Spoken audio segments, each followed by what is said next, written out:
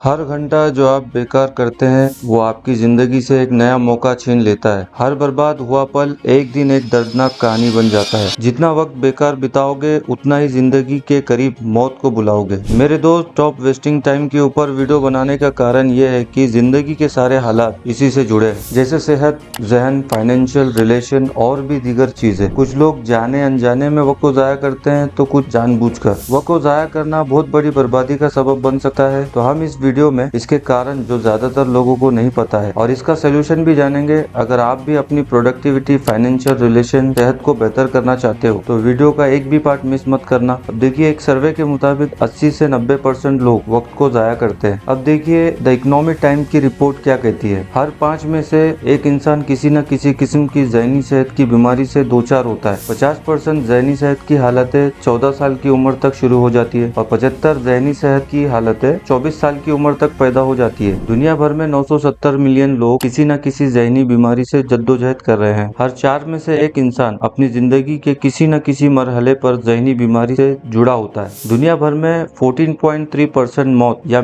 तकरीबन 8 मिलियन मौत हर साल जहनी अमराज की वजह से होती है। इसके पीछे सबसे बड़ा कारण वक्त को बर्बाद करना भी हो सकता है, क्योंकि वेस्टिंग टाइम से न सिर्फ प्रोडक्टिविटी कम होती है, इसके नतीजे बड़े खतरनाक हो सकते हैं मेंटल हेल्थ के लिए। जब आप कामों को टालते हैं और टाइम वेस्ट करते हो तो ये डिप्रेशन, टेंशन में कन्वर्ट हो जाता है। और सोशल मीडिया, आलसीपन और कामों को टालने की आदत से जो सपने आपने देखे होते हैं वो पूरा नहीं होने पे गिल्टी फील होता है और फिर ज्यादा मेंटल हेल्थ इशू हो जाता है। ऐसा क्यों होता है, आइए इसे साइंटिफिक वे में समझते हैं। साइंस के स्टडी में साइंस ये कहती है कि जानबूझ के वक्त को जाया करने के पीछे procrastination, cognitive overload, dopamine, reward system का बड़ा हाथ होता है। अब ये तीनों क्या है, इन तीनों का मतलब जानते हैं। अगर ये तीनों पॉइंट्स को अच्छी तरह से समझ गए तो ना सिर्फ ये वेस्ट टाइम से बचाएगा, आप इसे हर जगह कॉपी पेस्ट करके अपनी लाइफ को बेहतर बना सकते हो। पहला पॉइंट है प्रोक्रेस्टिनेशन। सिंपल वे में इसे समझे तो मुश्किल, बोरिंग या स्ट्रेस देने वाले कामों से भागने को कहते हैं। क्या आपके साथ भी ऐसा होता है? नीचे कमेंट्स करके जरूर बताना। इसके पीछे फिजियोलॉजिकल कारण हो सकता है, जैसे फेल होने का डर, चिड़चिड़ापन या लैक ऑफ मोटिवेशन। एक एग्जांपल से समझते हैं। जैसे कि आप कहीं जॉब करते हो, कंपनी में एक मंथली टारगेट अचीव करना पड़ता है, तो टारगेट एक मुश्किल काम है, डेली जॉब ये बोरिंग। इन दोनों से स्ट्रेस और फिर आप प्रोक्रेस्टिनेशन का शिकार हो जाते हो। दूसरा है कॉग्निटिव ओवरलोड। इसका मतलब एक वक्त में मल्टी डिसीजन और इन्फॉर्मेशन को अमल में लेने से कॉग्निटिव ओवरलोड हो सकता है। हमारी ब्रेन की एक लिमिटेड कैपेसिटी होती है इन्फॉर्मेशन को प्रोसेस करने की। ध्यान से समझिएगा, यहाँ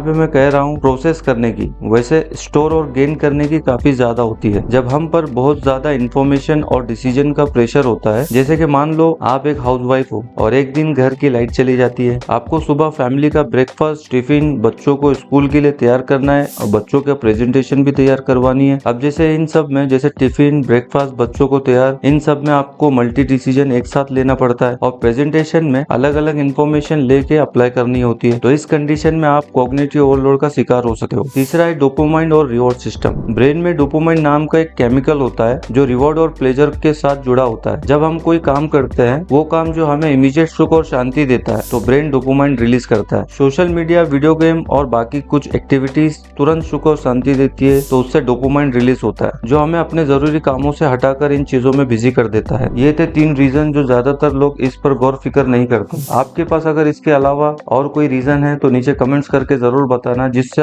और भी लोगों को इसका फायदा मिले। आइए अब सोल्यूशन की तरफ बढ़ते हैं। सबसे पहले आपको खुद को डायग्नोज करना होगा। उसमें आदत, फितरत और माहौल पे गौर फिक्र करनी होगी। अब जैसे आदत में आपको ये चेक करना है कि आप बार बार अपने फोन को चेक करते हैं, क्या आप अधूरा काम छोड़कर दूसरे काम में लग जाते हैं, क्या आप प्रोक्रेस्टिनेशन करते हैं, मतलब कामों को टालने लगते हैं। दूसरा है फितरत। फितरत मतलब वो चीज जो आपको आदतन बचपन से आपकी आदत है, गॉड गिफ्टेड है, या अपने मम्मी पापा से आपको वो आदत मिली है। जैसे कि आपको कोई काम करने से पहले एंजाइटी या स्ट्रेस होता है, क्या आपको लगता है कि आपका सेल्फ कंट्रोल कमजोर है, क्या आप अपनी प्रायोरिटीज को क्लियर नहीं कर पाते हैं। तीसरा है माहौल। माहौल में आपको आसपास का एटमॉस्फेयर देखना होगा। जिन लोगों के बीच में आप काम करते हो, क्या वो लोग मोटिवेट आपको करते हैं या डिमोटिवेट करते हैं, या आपके पास डिस्ट्रैक्शन चीजें ज्यादा है, जैसे TV, mobile phone, social media.